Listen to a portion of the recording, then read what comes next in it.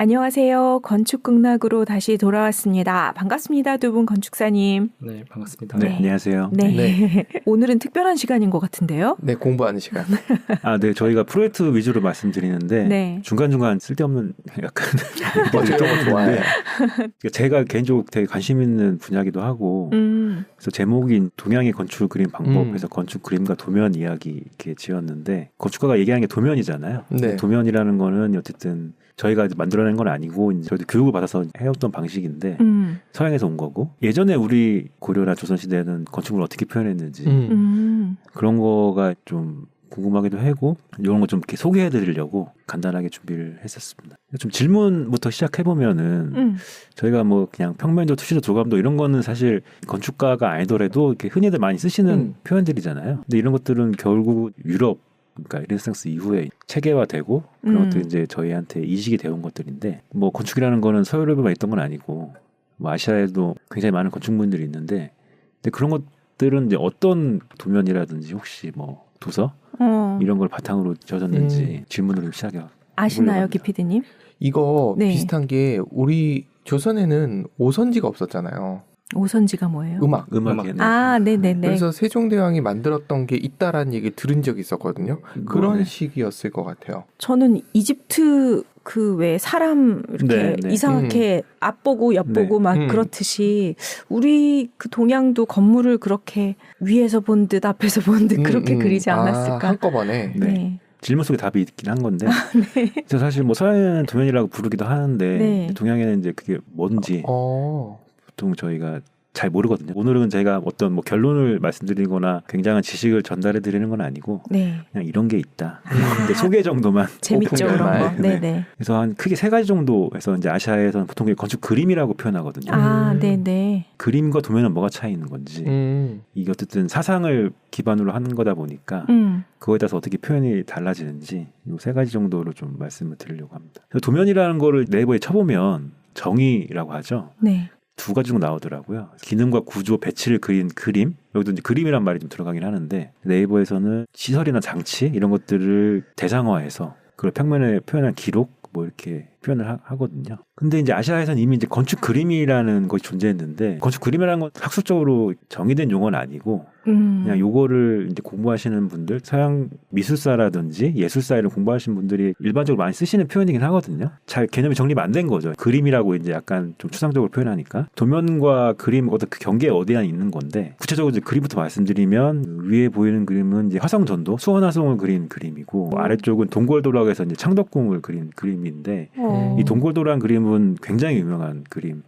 그래요? 이고요. 19세기에 그려진 화성전도도 물론 수원화성도 워낙 유명한 저희 건축물이기 때문에 보통 이런 그림들이 이제 18세기부터 좀 많이 이렇게 두드러지기 시작하고요. 그 전에도 물론 있긴 있었습니다. 그래서 뭐 아까 보여드린 이런 그림 같은 그림도 있고 이거는 간가도라고 해가지고 저희가 한옥이나 이런 궁궐 이런 집을 표현할 때 메칸집이냐 뭐 그러니까 결국 저희 전통 건축에는 칸의 개념이 있기 때문에 이거를 이제 되게 도식화해가지고 간가도라는 게 결국 칸에 표현한 거거든요. 그러니까 정량적으로 표현해서 이 안에 문도 있고 루도 있고 용도를 알 수 있는 거죠. 가문도 있고 주택 같은 경우는 광이라는 것도 있고 그렇죠. 예, 뭐 이런 그림도 있습니다. 그리고 또 왼쪽에는 이제 운조루라고 해서 이제 건축가들한테 되게 유명한 전라도에 있는 집인데 이 집의 어떤 그 도면과 같은 그림이에요. 그래서 보면 집이 이렇게 딱 누워 있죠. 그러네. 누워서 이제 앞에 있는 모봉산이라 뒤쪽에 있는 노고단도 이렇게 누워 있고 외쪽에 있는 화성전도라는 그림은 수원화성을 표현한 그림이 종류가 되게 많은데 여기 있는 화성전도도 다 자빠져 있죠.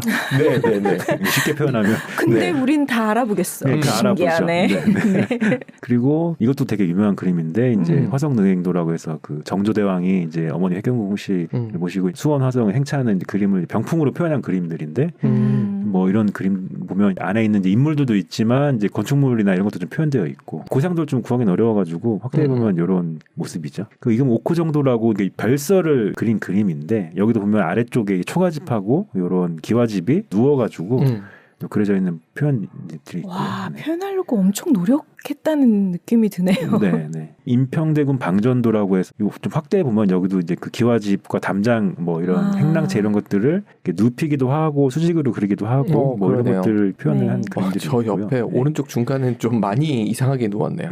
18세기에 이런 그림들이 많이 나타난다고 말씀드렸는데 결국은 저희가 뭐 뭐 헬조선 이런 표현도 하긴 하지만 조선시대에서 유일하게 잘하는 게 딱 하나 뭘까 딱 꼽으면 결국 기록을 잘한 거라고 볼 수 있거든요. 그렇죠. 그래서 의궤라고 해가지고 여러 가지 중요한 이벤트나 이런 것들을 기록한 그림인데 이런 의궤라는 그림에 건축물의 표현이라든지 이런 것들이 좀 많이 나타나기 시작하긴 합니다. 그 영권 의궤라고 해서 궁궐의 주요한 전각이라든지 아니면 뭐 이렇게 무덤에 있는 정각들 이런 것들을 새로 짓거나 보수할 때 네. 그거를 위한 영권 의궤라는 그림 따로 만들었거든요. 그래서 이런 그림들을 이렇게 보시면은 도화서 화원들이 이제 그린 그림인데 약간 기록화이기도 하고 후대에 남겨서 나중에 보수하거나 할 때 활용해라 하는 그림 종류이긴 합니다. 좀 전에 보여드렸던 그 여러 가지 행사에 관련된 그림보다는 좀 더 정제된 느낌이 좀 많이 있는 형황이죠. 유명한 동고대에 나온 경운각이라는 그림이 왼쪽에는 이 그림에 가까운 그림이고 오른쪽은 이제 도면에 가까운 표현의 어떤 목적에 따라서 조금씩 표현의 차이가 좀 있는 거고 왼쪽은 이제 사선 조감도인 것 같기도 하고 뭐 투시도 같기도 하고 뭐 약간 이런 그림인 거고 오른쪽은 좀 더 현대적으로 표현하면 인면도에 가까운 뭐 이런 그림들이 있거든요. 근데 사실 이 영권 의궤의 거의 백미라고 할 수, 꽃이라고 할 수 있는 건 이제 수원화성을 지을 때 만든 화성성역 의궤라는 이 책이 가장 유명하죠. 기록이 잘 돼 있고. 그래서 이 화성성역 의궤가 총 10권인데 뒤쪽에 있는 것들은 여러 가지 비용에 관련된 것들, 뭐 절차에 관련된 것들인데 초록에 해당되는 권수라는 곳에 도설이라고 되는 페이지가 있거든요. 말 그대로 그림과 이제 글인데 여기에 이런 건축 그림과 이 글이 같이 표현되어 있어요. 그래서 건축 그림은 저희가 익히 알 수 있는 도면에 해당되는 거고 이 설이라고 표현된 부분은 시방서에 해당되는 요게 이제 장안문 뭐 이런 모습인데 축대는 몇 단 높이고 뭐 몇 척의 길이고 뭐 이런 것들을 이렇게 푹 글로 쭉 풀어서 쓴 설명이거든요. 이 그림을 보고 이 글을 읽으면 수원 화성의 어떤 형상이라든지 짐작할 수 있고 나중에 이거를 복원한다든지 보수할 때 도서를 참고해서 한 거죠. 그래서 수원화성이 유네스코 문화유산에 등록이 되어 있는데 초반에 등록하려고 할 때 유네스코에서는 안 된다는 식으로 맨 처음에 얘기했다고 하더라고요. 이게 최근에 복원한 거니까. 근데 이제 이 책을 딱 들이대니까 거기서도 이제 뭐 더 이상 뭐 역시 기록이 있어야 돼. 그래서 이 종류가 되게 많습니다. 보시면은 뭐 이렇게 왼쪽에 보면 저렇게 단면도 같은 그림도 있고 오른쪽에 보면 이제 거중기라고 하나요? 요거 이렇게 약간 기계도면처럼 분해해가지고 요거 조립하면 오른쪽에 그림처럼 보이게 뭐 이런 그림들도 있죠. 위에 소개해드린 것들 이제 건축 그림이라고 해서 이제 그동안 조선이라는 나라에서 쭉 그림을 해온 그림 종류들인데 이제 이런 게 저희가 익히 아는 서양과 어떻게 다른지 조금 비교해서 좀 말씀을 드리면은 그러니까 위쪽은 이제 건축 그림이라고 할 수 있겠고 아래쪽은 이제 도면 저희가 이렇게 늘 보는 도면들이죠. 크게 이제 건축 그림은 이제 3가지 정도의 도법이 있다고 이제 흔히들 얘기들 하시는데 이건 건축가들이 정리한 건 아니고 또 건축학자가 정리하신 것도 아니고 미술사나 이제 예술사 하시는 분들이 저렇게 좀 정리하거든요. 그래서 평행사선도법, 정면부감도법, 사병전두보법에서 조금 한자로 표현하니까 말이 좀 어려운데 이게 좀 찬찬히 보시면은 그 단어에 약간 그 그림의 어떤 뜻이 좀 숨겨져 있긴 합니다. 그리고 아래쪽은 저희가 보는 인면도, 조감도, 엑소노 뭐 이런 크게 3가지 정도로 구분할 수 있고요. 그래서 평행사선도법은 엑소노로랑 좀 비슷한데 말 그대로 이제 평행한 가상의 선을 긋고 거기에 사선으로 맞게 그림을 쭉쭉 그린 그림들이에요. 그래서 이런 그림들은 예전에 이제 불교를 표현한 탱화라든지 그런데 이제 거기에 사찰의 정각이나 이런 것들 가끔 그림이 들어가는데 그때 이제 좀 많이 나타나기도 하고 보시면 이제 좀 이해가 좀 많이 금방 되는 그림들이죠. 아까 말씀드린 동골도가 이제 왼쪽 보면 좀 확대한 모습들인데 여기도 보면 사선을 평행하게 그려서 거기에 정각들을 표현한 그림들. 두 번째는 이제 정면 부감 도법이라고 하는 건데 정면에서 부감이라는 건 약간 떠 있다는 뜻이거든요. 떠서 본다. 정면의 그 형상을 떠서 본다는 뜻이고 이거는 그 엑소노메트릭의 종류인 오블리크랑 좀 유사한 도법인데 작성자가 이제 정면에서 이렇게 위에서 내려다본 모습이에요. 그래서 보시면 여기 조대위 사수 발음도 어려운데요. 좀 보면은 잔치를 행사하는 모습을 그린 건데 궁궐의 정면을 기준으로 해서 위아래로 깊이감을 가지고 쭉 그린 도면들이거든요. 그리고 뭐 왕세자 충굴도 이런 데 봐도 물론 여기에 그림의 뭐 주요 주인공은 여기 이제 행사하는 모습이긴 하지만 그 행사하는 모습 배경으로 된 도면들을 보면은 집들이 이렇게 쭉 들어서 있는 모습 위아래를 기준으로 있죠. 그래서 이게 16세기부터 등장해서 이제 19세기 정도 되면 거의 어느 정도의 완성형 그림들이 되어 있고 이걸 주로 그렇다고 알려지기로는 도화서의 이제 화원들 저희가 잘 아는 김홍도라든지 이런 분들이 그렸다고들을 하시는데 이제 정확한 기록은 누가 그렸다고는 잘 안 남아 있어가지고 그렇게 예상은 하고 있습니다. 저희가 아는 김포시를 그린 그림을 일부 확대한 건데 여기 보면 중요한 정각들이 아니라 주변 숲의 모습들을 볼 수 있고요. 아까 보여드린 운조루의 모습인데 이거 사방 전도묘법이라고 해서 사방으로 집을 펼쳐가지고 이게 전개도와 같이 묘사했다라는 그런 그림이거든요. 집을 잡아뜨리면서 그리는 건데 이거 어느 방향으로 이걸 집을 전개해서 풀었나 중요한 이슈거든요. 네. 그래서 이게 보면 왜 사랑채 완체를 중심으로 두고 행랑채는 아래쪽으로 뒤집어 있잖아요. 네, 그러니까요. 그러니까 이게 중심을 어디로 보고 그렸는지 그러니까 관념적인 표현을 알 수 있는 거고 그러니까 어디서 어디로 동선이 이어지는지 뭐 이런 것들을 좀 그림들을 보고 좀 짐작할 수 있는 상황입니다. 네. 약간 볼록 렌즈로 보는 느낌이 네, 뭐 그럴 수도 있을 것 같고요. 네. 확실한 체계가 있다거나 뭐 비례감이 있다거나 그렇다기보다는 굉장히 좀 주관적인 그림이긴 하죠. 약간 아이들 그림. 아까 보여드린 그 인평대군 방전도도 보면 이렇게 그 집의 모습들이 누워가지고 그림죠. 네. 이게 어느 쪽으로 누웠나도 되게 재밌네요. 네. 그러니까 이게 보면 알겠어. 네, 이해가 되죠 금방. 네.